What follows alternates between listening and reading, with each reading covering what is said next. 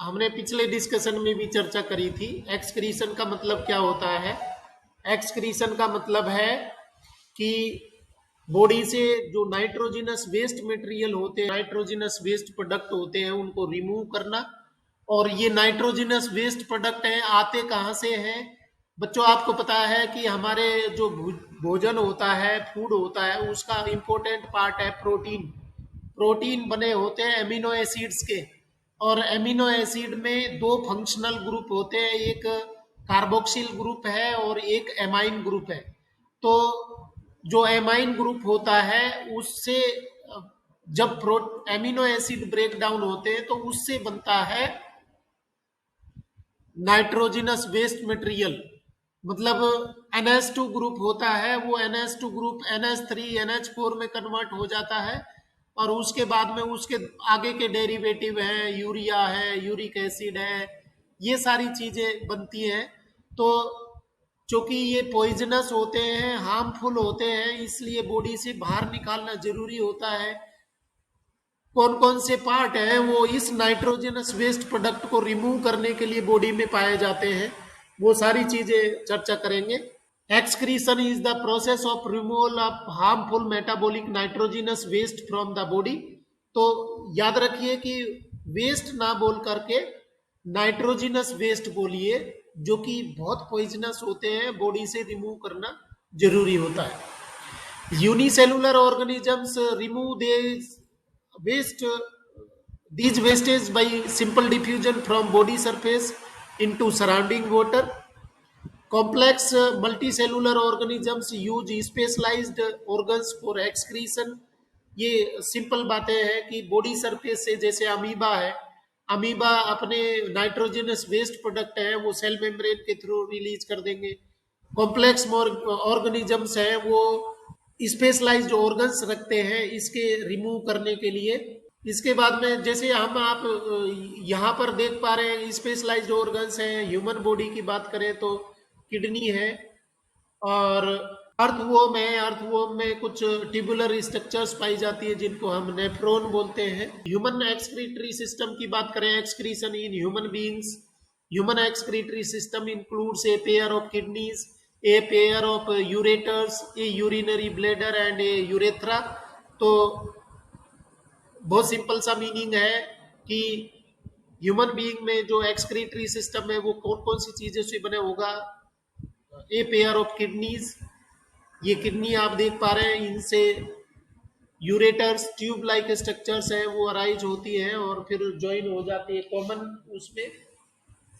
तो यूरेटर्स हैं वो ज्वाइन हो जाते हैं यूरिनरी ब्लैडर में, और यूरेथ्रा के थ्रू वो वेस्ट मटेरियल है वो रिलीज हो जाता है।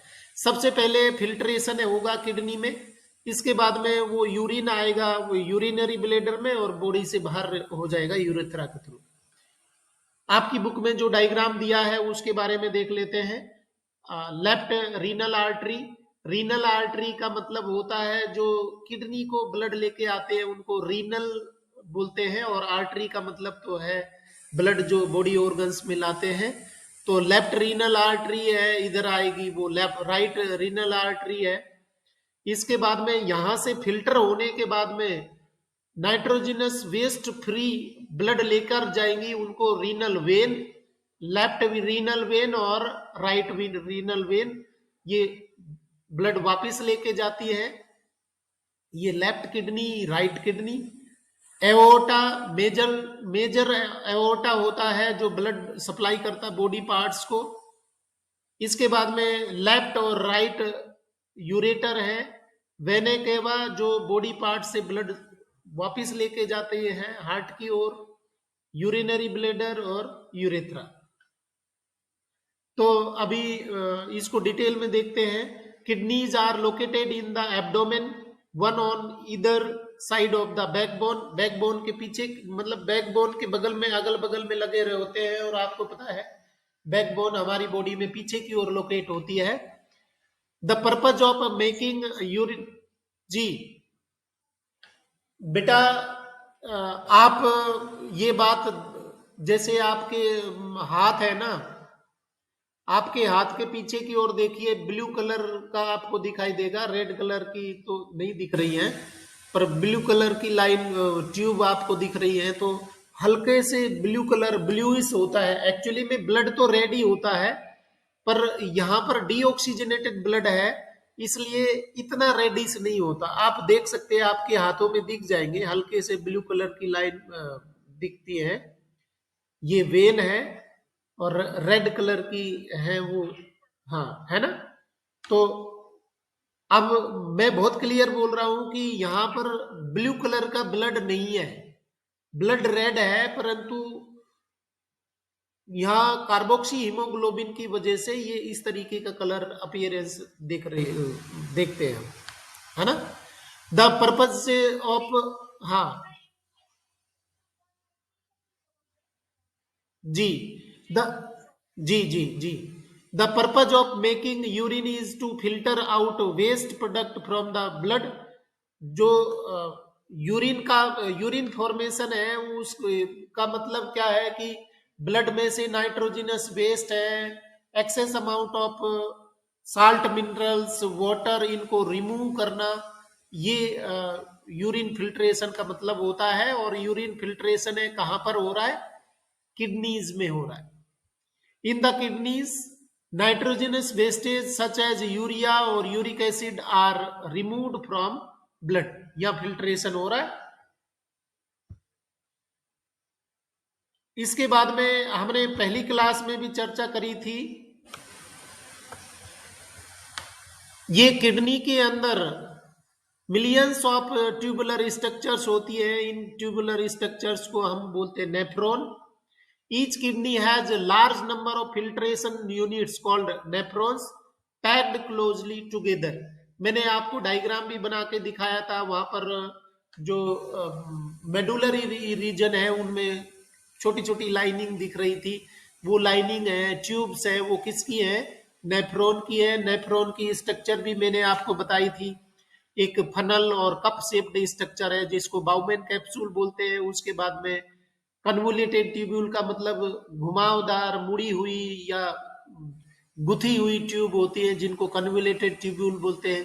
Proximal convoluted tubule, distal convoluted tubule, और इन दोनों ट्यूब के बीच में एक बारीक ट्यूब होती है जिसको लूप ऑफ हेनले बोलते हैं। इसके बाद में बहुत सारी नेफ्रॉन है वो जुड़ती है कलेक्टिंग डक्ट में। यहाँ पर आप देख पा रहे हैं, ये यहाँ ये सारे नेफ्रॉन के साथ में जुड़ने वाली ट्यूब है। यहाँ पर एक नेफ्रॉन दिखाया है। अब आप ध्यान दीजिए कि नाइट्रोजिनस ब्लड लेकर जो आ रही है ट्यूब, आर्टरी आ रही है जिसको आर्ट्रियोल बोल रहे हैं। तो आफरेंट आर्ट्रियोल, आ मतलब आ लेकर आ रही है, आफरेंट आर्ट्रियोल, और यहां से जो वापिस जा रही है उसको इफरेंट आर्ट्रियोल। आफरेंट, इफरेंट। तो आफरेंट और इफरेंट आर्ट्रियोल के बीच में एक गुच्छा पाया जाता है, पूरा जाल बनता है बारीक ट्यूब्स का, ट्यूब्यूल्स का। उसको हम बोलते हैं ग्लोमेरुलस। ग्लोमेरुलस से फिल्टर होकर के और यूरिया, इसके साथ में ही कुछ अमाउंट में प्रोटीन, ग्लूकोज, न्यूट्रिएंट्स, वाटर, ये फिल्टर होकर के आ जाएगा इसमें बाउमेन कैप्सूल में। बाउमेन कैप्सूल से वो जाएगा प्रोक्सिमल ट्यूब्यूल में, प्रोक्सिमल ट्यूब्यूल से loop of Henle, loop of Henle से डिस्टल ट्यूब्यूल में, और डिस्टल ट्यूब्यूल में से कलेक्टिंग डक्ट में।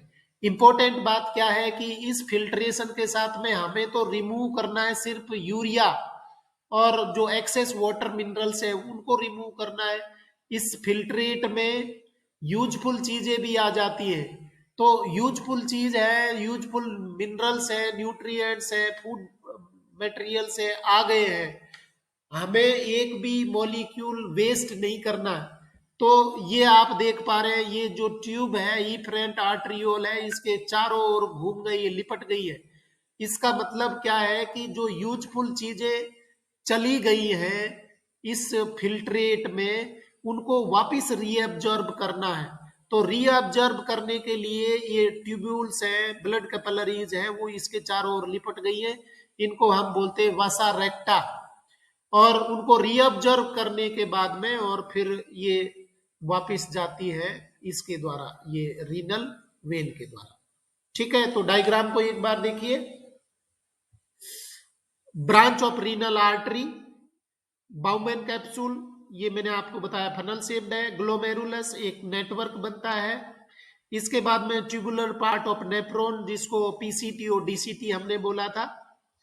फिर है ब्लड कैपिलरी, जो एक जाल बना रही है जिसको वैसा रेक्टा बोलते हैं, और यहां से वापस लीव आउट हो रही है वो ब्रांच ऑफ रीनल वेन। ठीक है, तो ये नेफ्रॉन की स्ट्रक्चर है। आपकी बुक में भी यही डायग्राम दिया है। At the end of each nephron a cup shaped structure called Bowman's capsule is seen. It encloses a cluster of very thin walled blood capillaries called glomerulus. यहाँ पर आप glomerulus देख पा रहे हैं। In glomerulus, blood is filtered and the Bowman's capsule collected the filtrate. यहाँ वो blood capillary ना दिखा करके सिर्फ नेफ्रॉन की स्ट्रक्चर दिखाई गई है।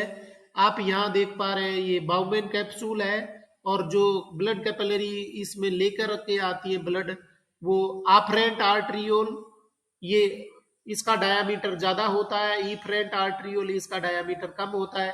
ज्यादा ब्लड आ रहा है, कम ब्लड जा रहा है, तो यहाँ पर एक प्रेशर क्रिएट होता है जिसको हाइड्रोस्टेटिक प्रेशर बोलते हैं। हाइड्रोस्टेटिक प्रेशर की वजह से ब्लड में से वाटर, मिनरल्स, प्रोटीन्स, बहुत सारी चीजें हैं, और साथ में ही waste material, nitrogenous waste material है, वो फिल्ट्रेट के रूप में यहां आ जाएगा, और वो फिल्ट्रेट है वो आगे बढ़ेगा इस तरीके से, और लास्ट में पहुंच जाएगा कलेक्टिंग डक्ट में। तो यूजफुल चीजों को इसमें से वापस रीअब्जॉर्ब करने के लिए ब्लड कैपिलरीज है, इसके चारों ओर जाल बनाती है। In selective reabsorption, sodium, amino acids and glucose are reabsorbed from the filtrate back into the blood. किसके द्वारा किया जाएगा ये? ब्लड कैपिलरीज के द्वारा। Glucose, amino acids, salts and major amount of water in the initial filtrate are selectively reabsorbed as the urine flows along the tube. In a healthy adult, the initial filtrate is about 180 liter daily. However, only 1 to 2 liters per day is excreted out because the remaining filtrate is reabsorbed in the। तो मैंने अभी आपको बताया यहाँ पर जो ये nephron की स्ट्रक्चर है उसके बारे में चर्चा करी। नेफ्रॉन है वो बाउमेन कैप्सूल, ये पीसीटी, यहाँ पर लूप ऑफ हेनले, डीसीटी। जो आफरेंट आर्ट्रियोल है इसका डायामीटर ज्यादा होता है, इफ्रंट का डायामीटर कम होता है।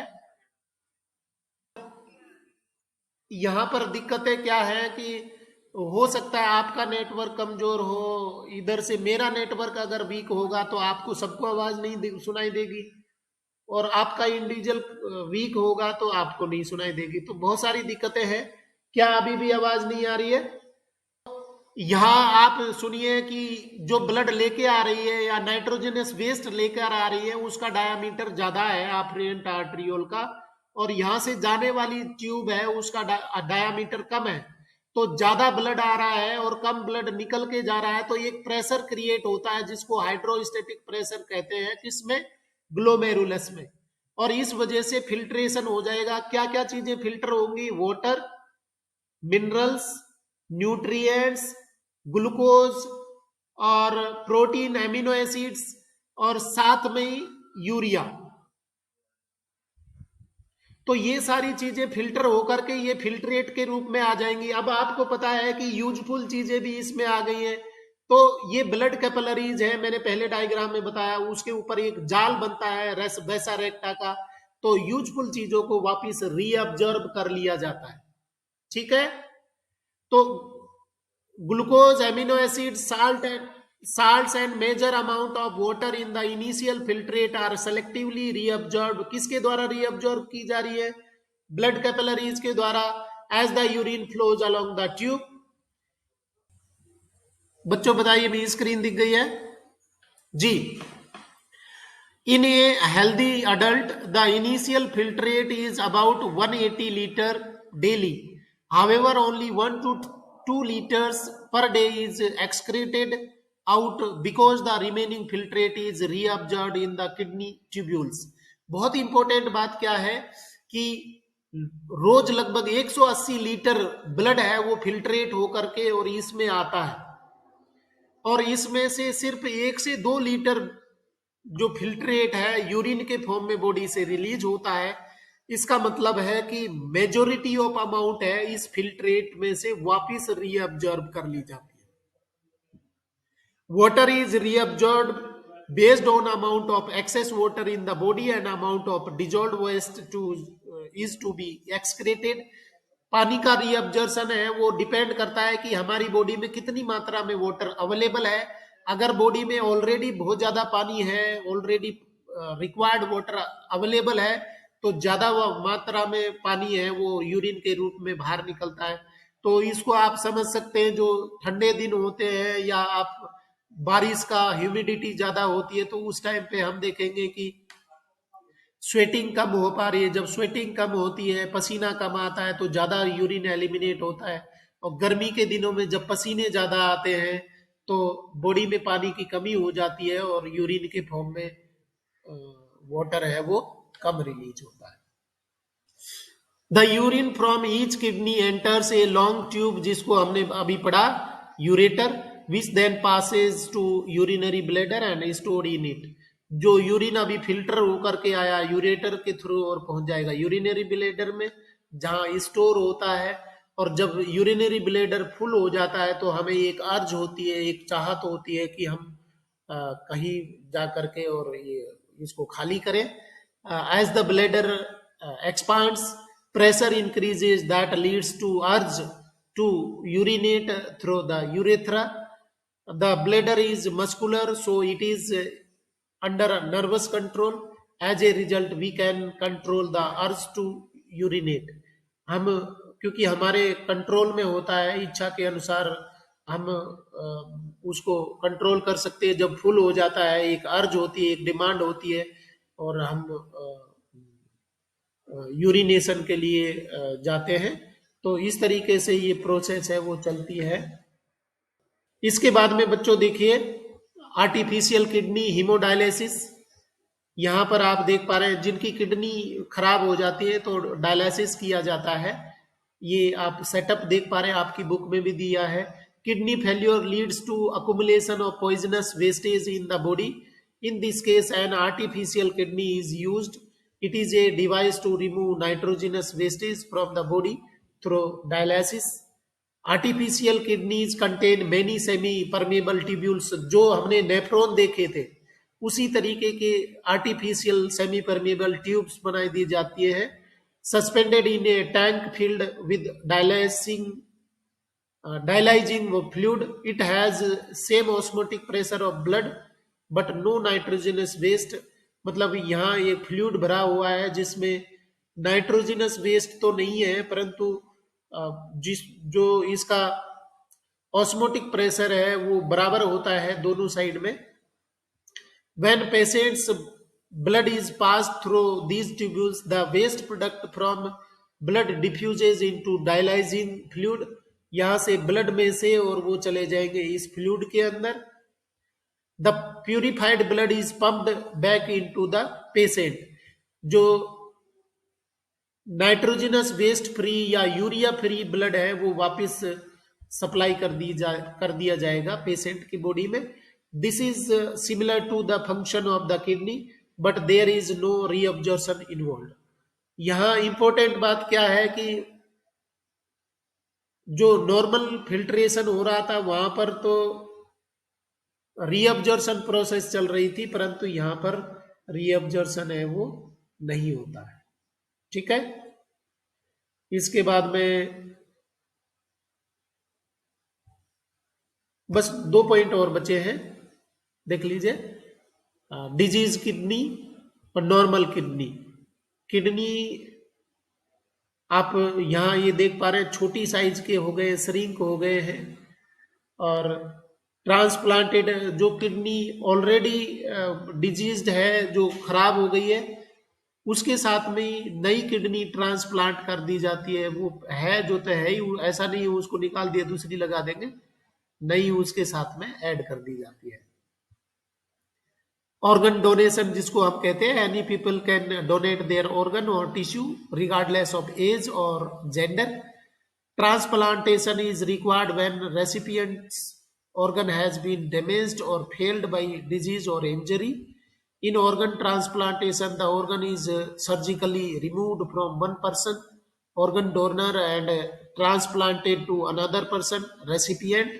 Most organ and tissue donations occur just after the death or brain death of the donor, but some organs, kidney, part of a liver, lung, etc., and tissues can be donated while the donor is alive.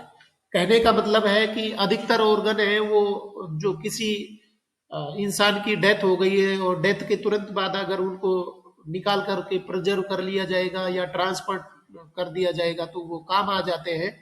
परंतु एक जीवित इंसान है वो भी organ donate कर सकता है, जैसे किडनी है, लीवर का पार्ट है, लंग्स है, क्योंकि भगवान ने दो दो ऑर्गन्स दिए हैं और इंसान है वो एक पर भी जीवित रह सकता है। तो किसी को अगर जरूरत होती है तो एक किडनी को या लीवर के पार्ट है, लंग्स है, वो डोनेट किए जा सकते हैं और दोनों की लाइफ है वो बचाई जा सकती है। और लास्ट टॉपिक है आज का, एक्सक्रीशन इन प्लांट्स। प्लांट्स में एक्सक्रीशन है क्योंकि हमारी बॉडी में जिस तरीके के और एक्सक्रीटरी ऑर्गन है इस तरीके का इनमें कोई सिस्टम नहीं पाया जाता, फिर भी इनमें एक्सक्रीशन होता है। कहाँ कहाँ से आप ये देख पा रहे हैं, जैसे बार्क के रूप में कुछ रिमूव हो रहा है, पत्तियां गिर रही हैं, गोंद है, वो हमारे लिए हो सकता है गोंद यूजफुल हो, परंतु प्लांट के लिए वो वेस्ट प्रोडक्ट है। लेटेक्स है, ये आप देख पा रहे हैं। इस तरीके से जो इवोपरेशन हो रहा है वो उसके थ्रू भी अपने वेस्ट है वो रिलीज कर रहे हैं। तो क्या क्या क्या होते हैं वेस्ट रिमूवल की प्रोसेस इनमें? Oxygen is formed as a waste product of photosynthesis. कि एक्सेस है, मैंने बताया था वेस्ट का मतलब जो एक्सेस है, फालतू है, वो भी वेस्ट ही माना जाएगा। तो फोटोसिंथेसिस में बहुत ज्यादा मात्रा में ऑक्सीजन बन रही है तो वो एक्सेस अमाउंट ऑफ ऑक्सीजन को रिलीज करते हैं। O2 and CO2 and excess water are removed by transpiration, या ट्रांसपिरेशन हो रहा है इसके द्वारा भी रिमूव किए जाते हैं। Many other waste products are stored in vacuoles. जो वेस्ट प्रोडक्ट होते हैं वो सेल की वैक्यूल के अंदर स्टोर किए जाते हैं, इसलिए प्लांट में वैक्यूल्स है वो ज्यादा बड़ी पाई जाती है। वेस्ट प्रोडक्ट्स में be stored in leaves that fall of. पत्तियों में वेस्ट, ओल्डर लीव्स होती है उनके पत्तियों में वेस्ट प्रोडक्ट को छोड़ दिया जाता है, और जब पत्तियां गिरती है तो उनके वेस्ट है वो भी अलग हो जाते हैं। Some waste products are stored as resins, gums, specially in old xylems. Gum resins में स्टोर किए जाते हैं और उनकी बॉडी से ये गम रेजिन्स है वो रिलीज हो जाते हैं। Plants also excrete some waste substances into the soil around them. वो अपने आसपास के जमीन में भी वेस्ट प्रोडक्ट को रिमूव करते हैं। तो इस तरीके से बच्चों हमारा ये टॉपिक कंप्लीट हो गया है। कल तबीयत खराब होने की वजह से आपकी क्लास नहीं ले पाया था। बहुत इंपॉर्टेंट बात यह है कि टर्म फर्स्ट का सिलेबस हमारा कंप्लीट हो गया, ठीक है। टर्म फर्स्ट में सिर्फ यही चैप्टर हमारा है जो कंप्लीट हमने कर लिया। अभी हमारा रिवीजन का काम चलेगा। आप रिवीजन करते रहिए, नोट्स जरूर बनाइए, पढ़ाई करते रहिए। और जो PWT फर्स्ट है इसमें आप क्या करेंगे बताइए? आवाज आ रही है क्या?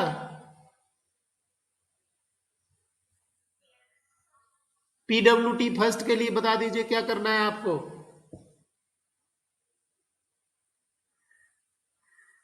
आप बता दीजिए, नंबर अच्छे आने चाहिए भाई।